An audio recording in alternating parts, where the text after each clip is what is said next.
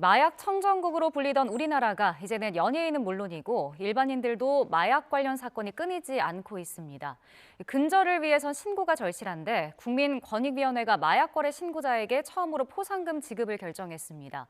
모두 3명이 총 1억 원을 받게 됐는데요. 취재기자 연결해 알아봅니다. 이승배 기자. 네, 정부 서울청사입니다. 네, 1억 원이면 액수가 적지 않은 것 같은데 마약 신고자 포상금이라는 게 정확히 뭡니까? 네, 우선 마약 신고자 포상금부터 설명을 드리면 관세청을 비롯해서 검찰과 경찰이 현재 운영하고 있습니다. 여기에 더해서 권익위도 이번에 마약 포상금을 지급하기로 했다는 겁니다. 이번에 포상을 받게 되는 사람은 모두 3명입니다. 마약 불법 유통 신고와 밀반입, 지인의 마약 소지를 신고하는 것으로 전해졌습니다. 특히 이 신고로 인해서 10kg이 넘는 마약이 경찰에 압수됐다고 권익위는 설명했습니다. 돈으로 따지면 300억 원 가치입니다. 신고의 공익 기여도 등을 개발 사건마다 판단을 해서 포상금 액수가 정해지는데요. 권익위는 3명에 대해 각각 5,300만 원과 3,000만 원, 1,800만 원을 지급하기로 결정했다고 밝혔습니다.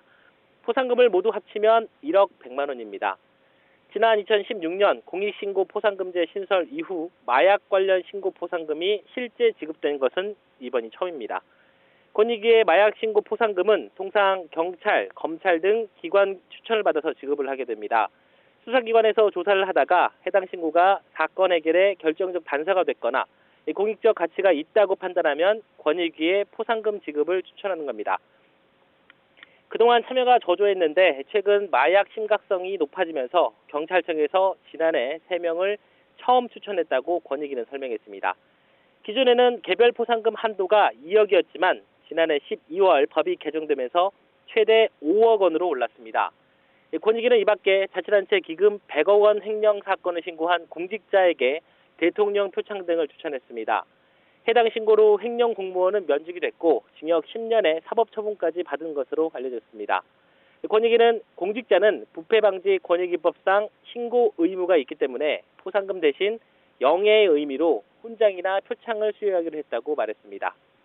지금까지 정부 서울청사에서 YTN 이승배입니다.